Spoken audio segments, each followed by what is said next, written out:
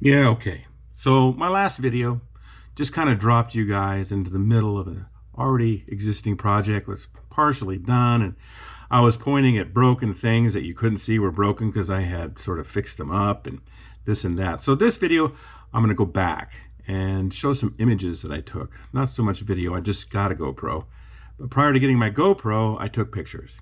So I'm going to use those pictures to illustrate what happened and what I did to fix up that Shaper dust collector shroud. This past week, I did get that finished. The shroud is in place now, and it looks great. It's working perfectly. It is basically back to where it was from the factory. I still want to do some experiments to see if I can improve its performance. And this video will contain some baseline things for doing that.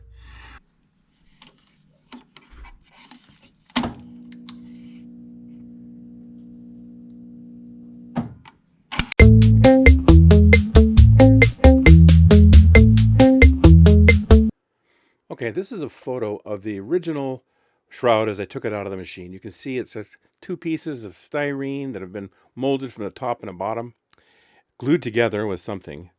Can't quite tell. On the left side, you can see two tabs still in place. The lower left is the most intact tab. The upper left is broken but still serviceable. And on the other side, there is two broken tabs.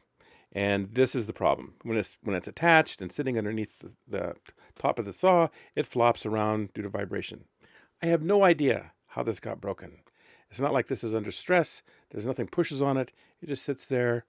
And I have to guess that over time and the vibration and the age and the use of styrene. Really? Okay, so here we go. Here's a photo of the lower right. And you can see it's just sheared off, broken off, fractured off, whatever the word you'd like to use. This is just not serviceable at all. So then, my question is, what can I do to repair this? To put this back in service so it's not flopping around like an old fender off some Chevy Nova, and actually make this work, and actually provide maybe some platform for further experiments to see if I can make it better. So here's what I did. I used Autodesk Fusion 360 software that runs on my computer to create a 3D model of two pieces that can sandwich the styrene part in place. So I can encapsulate the tabs that exist and provide substitutes for the ones that are broken off. And so these two pieces, there's a bottom and a top. And here's the shroud sort of entering its final form. I'm installing or I'm gluing on some additional styrene strips on the side to cover that seam because it's coming apart there as well. So I've reinforced it with proper styrene glue, some additional styrene pieces, and you can see on the top there the sandwiched part that are going to get attached to the saw.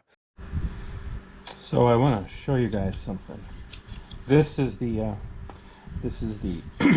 filter piece, the vacuum hose attachment, which goes to the outside world on this side, and then the inside on here. But look, the diameter of this is 80 millimeters. The hose, 80 millimeter hose, is not that easy to get. But what is very easy to get is 3-inch hose. This is 3-inch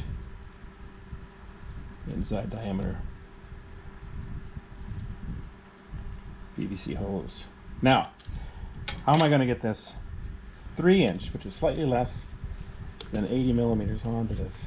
How am I going to do that? Let me show you. Heat.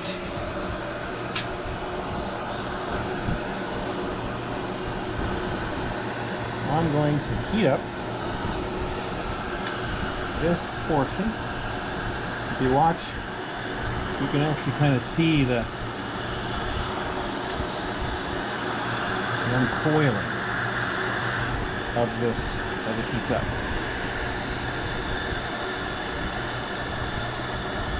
And then I screw this on sort of in reverse.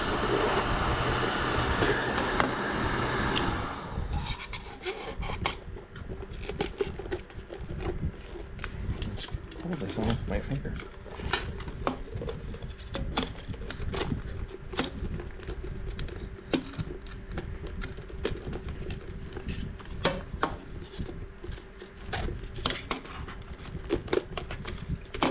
See there? It worked just right. Of course, I purposely chose PVC because it's under heat, it tends to get really malleable. There. 3-inch hose, expanded, fitting over an 80 millimeter adapter. I'm going to do the same thing on the other end now to attach this.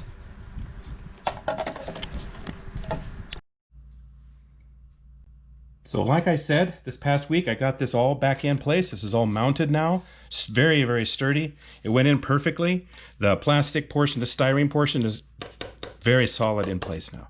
So I'm very happy with this. This is a 3D printed part, but these parts I used to sandwich in the previous existing broken up piece here. And these 3D printed parts are now providing the structural stability around this edge, which is great. I got it all hooked up and I will show you here what's happening. So here's the inlet, the outlet of the dust collector shroud and inner hose. I have some pictures of the trials and tribulations about how that came together. And then this is cooked up here. So we can actually see this run.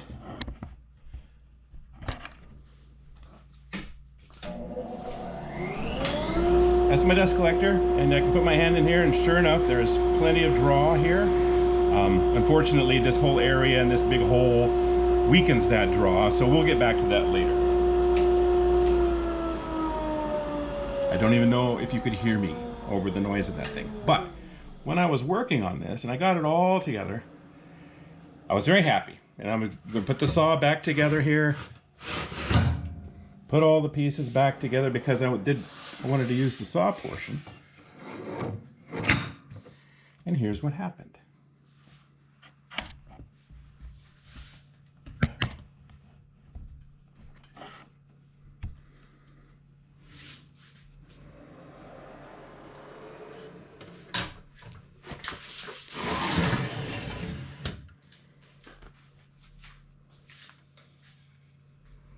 The dust collector for the saw simply fell off. What great timing.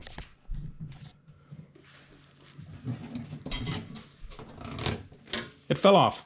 I had pieces on here before and I took them off. They're down in the house right now because I'm doing some modeling, but I'm going to repair this also. So this is the next thing we're going to do. I've repaired this before. So this actually rotted away before, the same symptoms as the shaper. But what happened here was I was able to form some parts. These parts were made out of wood. Whatever. It fell off again. So clearly what I did before wasn't good enough, but this time I'm going to overdo it. All right. All right, a little backstory on this saw dust collector. So there's a slot here. This fits vertically in the saw. The blade moves through here. And this is the bottom here. As you can see, that's a rectangular opening. And what Felder had done originally was they took an 80 millimeter flex hose, like what rotted before, and simply crush fit it around this and put a clamp on it. It was awful. And it rotted away. And I replaced it. And I replaced it with a 4-inch hose, and I made this piece here, which didn't work out. It lasted 4 years. But ultimately didn't work out. So what I'm going to do is I'm going to design and 3D print an adapter coupler for this to a 4-inch hose. And that's going to be a much more reliable piece than a couple of pieces of wood stuck in there. So I'm going to show you that too in another future video. All right, that's what I got for this time.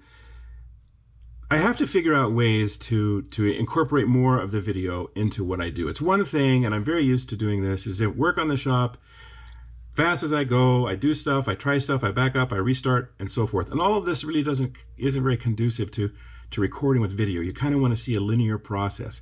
It's not always linear. You don't always go from step A to step B to step C. Sometimes you spend time between A and B, and you go back and forth.